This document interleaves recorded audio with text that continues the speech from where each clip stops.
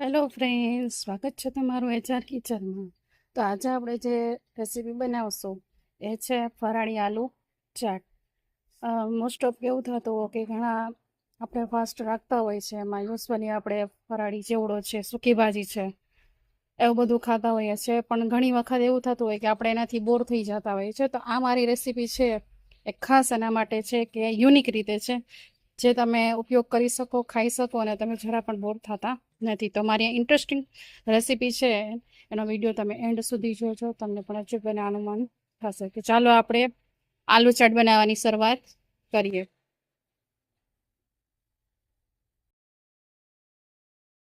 ફરાળી આલુ ચાટ બનાવવા માટે આપણે સૌપ્રથમ આવી રીતે મોટા બટેટા જોશે, જેનાથી આપણે સારી રીતે સ્પ્રેડ કરી શકીએ તમામ વસ્તુ.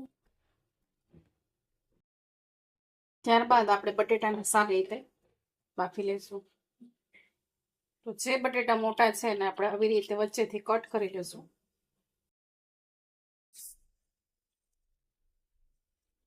ફરાળી આલુ ચાટ બનાવવા માટે હંમેશા બટેટાની જે ક્વોન્ટિટી છે એ આપણે વધારે રાખશું અને આપણે છાલ ઉતારીને જ આપણે એને બાફવા મૂકશું, જેથી કરીને આપણે સારી રીતે બટેટા બફાઈ જાય.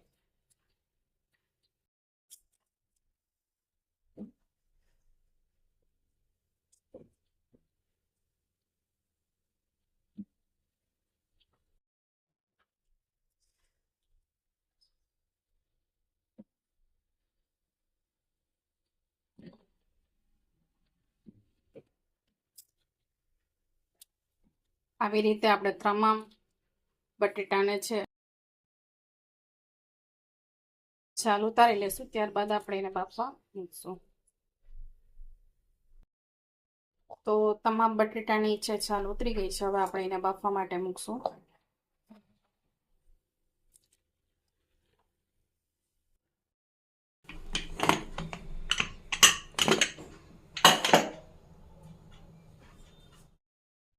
તો આપણા બટેટા છે એકદમ સરસ રીતે બફાઈ ગયા છે. હવે આપણે એને રૂમ ટેમ્પરેચર ઉપર આવવા દઈશું, પછી આપણે એની સ્લાઇડ કરશું. આપણે બટેટાને ડીશમાં કાઢી લઈએ. તો ફરાળી આલુ ચાટ બનાવવા માટે આપણે જે ઇન્ગ્રેડિયન્ટ્સ જોશે તે આપણે જોઈ લઈએ. એમાં આપણે જોશે લાલ મરચાંની ચટણી, જે આપણે ફરાળી આગલા વિડીયોમાં શેર કરેલું હતું તે, દહીં, લાલ મરચાંની ચટણી, ફરાળી ચેવડો, લાલ કેપ્સિકમ મરચાં, ટમેટા અને કાકડી. કાકડી અને ટમેટા છે ઓપ્શનલમાં છે, તમે ઈચ્છો તો નાખી શકો, બાકી તો જરૂર નથી. તો આટલી વસ્તુ છે ને આપણે આલુ ચાટની અંદર ઉપયોગ કરશું. તો સૌપ્રથમ આપણે આલુને પહેલાં, બટેટાને પહેલાં આપણે નાની નાની સ્લાઇડ કરી નાખીએ.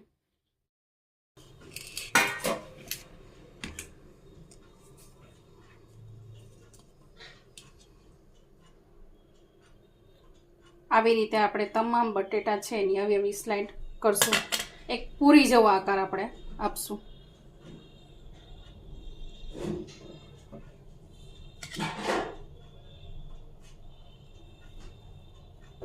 તમે એનો પડ છે જાડો પણ રાખી શકો.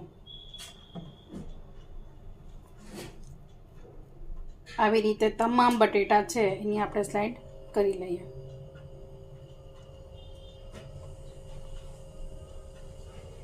તમે આમાં ઈચ્છો તો તમે દાણમ પણ નાખી શકો છો.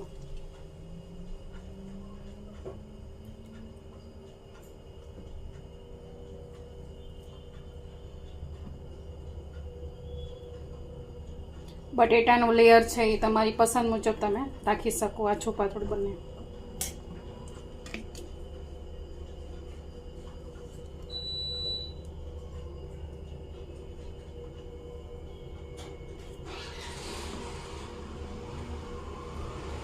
આવી જ રીતે તમામ બટેટા છે એને આપણે સારી રીતે કટ કરી લઈશું. તો આપણે તમામ જે બટેટા હતા એને આવી રીતે આપણે સ્લાઇડ કરી દીધી છે. હવે આપણે તમામ જે ઇન્ગ્રેડિયન્ટ્સ છે એને આપણે સ્પ્રેડ કરીશું. સૌપ્રથમ આપણે જે લાલ ચટણી છે એનાથી આપણે સ્પ્રેડ કરશું. મિત્રો, આ રેસીપી છે એકદમ સરસ છે, યુનિક છે. તમે પણ જ્યારે ફર્સ્ટ રાખશો ત્યારે તમને આ રેસીપી બનાવવાનું અચૂક મન થશે અને તમે બોરિંગ પણ નહીં ખાઓ. કારણ કે યુઝ્યુઅલી કેવું થતું હોય કે ફરાળી ચેવડો છે, સૂકી ભાજી છે, એવું ખાઈ ખાઈને આપણે બોર થઈ ગયા હોય અને ભાવતું પણ ન હોય. પણ આ રેસીપી એવી છે જે તમે ડાયટિંગ કરતા હો તો આ રેસીપી છે ને તમે આસાનીથી ઉપયોગ કરી શકો અને ખાઈ પણ શકો. આમાં તેલનો ભાગ હોતો નથી કે કોઈ પણ જાતનો ચરબીયુક્ત ભાગ હોતો નથી. બાફેલા બટેટા છે જે તમને નુકસાન કરતા નથી.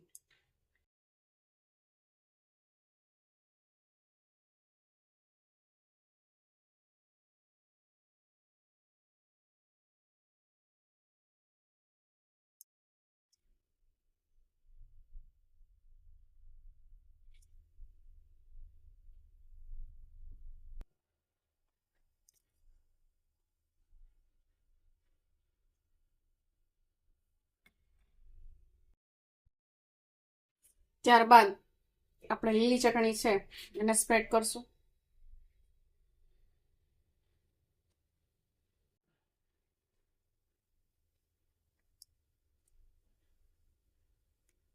આપણે બંને ચટણી છે મધ્યમ જ તીખી રાખેલી છે, એટલી હેવી તીખી નથી રાખી જેથી કરીને આપણે તકલીફ પડે. તમે ઈચ્છો, તમે વધારે પડતું સ્પાઇસી ખાવાનું પસંદ કરતા હો તો તમે વધારે પડતી તીખી બનાવી શકો છો.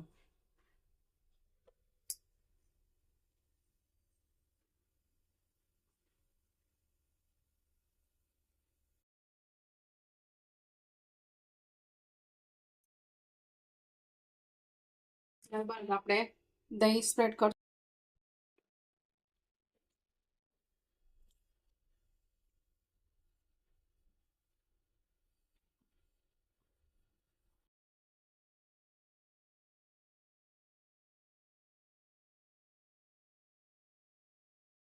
દહીં છે તમે અમૂલનો પણ ઉપયોગ કરી શકો અને તમે ઘરે બનાવેલું એ પણ તમે ઉપયોગમાં લઈ શકો.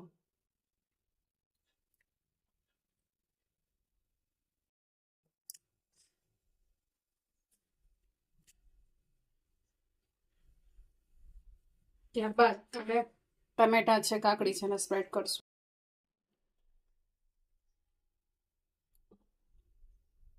કાકડી અને ટમેટા છે ઓપ્શનલમાં છે, તમે ઈચ્છો તમે નાખી શકો, બાકી કમ્પલસરી નથી.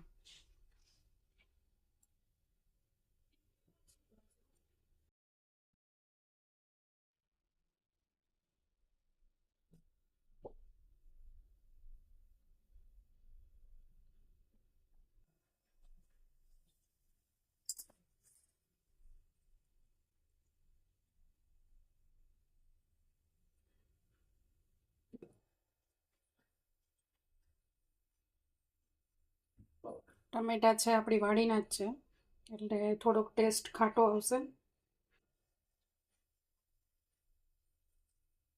આપણી આલુ ચાટ છે એકદમ ખાટું મીઠું તીખું ટેસ્ટ આવશે.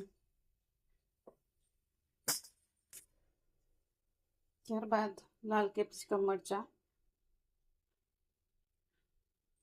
તીખાસવાળા નથી તો તમે એનો ઉપયોગ કરી શકો.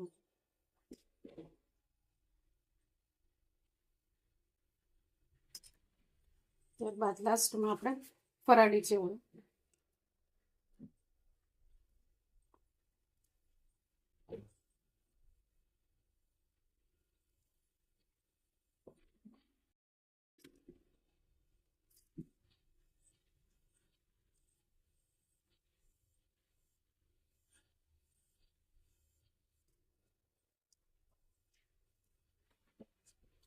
લાસ્ટમાં આપણે થોડુંક દહીં સ્પ્રેડ કરશું.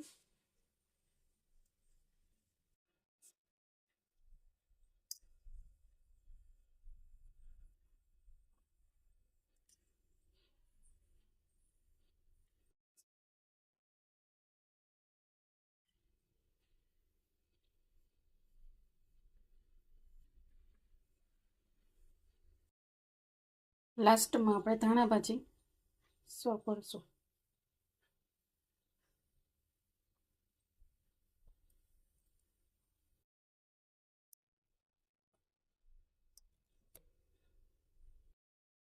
તો તૈયાર છે મિત્રો આપણી સરસ મજાની આલુ ચાટ, જેનો આપણે ફરાળની અંદર ઉપયોગ કરી શકીએ. તમે જોઈ શકો છો કે આપણી ફરાળી આલુ ચાટ છે બહુ જ મસ્ત થઈ છે. તો મિત્રો મારો આ વિડીયો તમે એન્ડ સુધી જોજો, અને તમે પણ જ્યારે ફાસ્ટ રાખ્યો હોય ત્યારે આ રીતથી આલુ ચાટ બનાવવાનું અચૂક ટ્રાય કરજો, તમને પણ ભાવશે જ.